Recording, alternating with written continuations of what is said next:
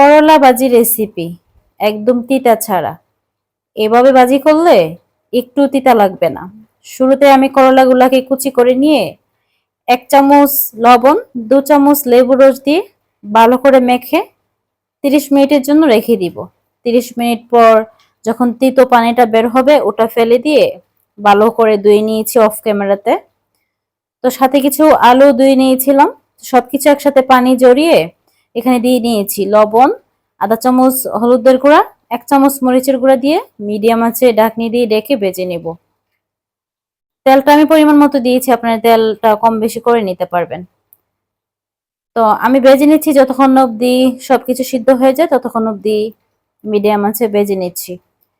এ পর্যায়ে অনেকখানি সিদ্ধ হয়ে গেছে। আমি কিছু ফালি করে রাখা কাঁচামরিচ দিয়ে নিব। তো আমি আরো কিছুক্ষণ ভেজে নিব, যতক্ষণ অবধি একদম ক্রিস্পি হয় ততক্ষণ অবধি ভেজে নিব। এখন কিন্তু অনেকখানি ক্রিস্পি হয়ে গেছে, তো আমি নামিয়ে নিব। এই রেসিপিটা ফলো করে একবার বানিয়ে দেখবেন, সত্যি খুবই মজা হবে করলা ভাজি।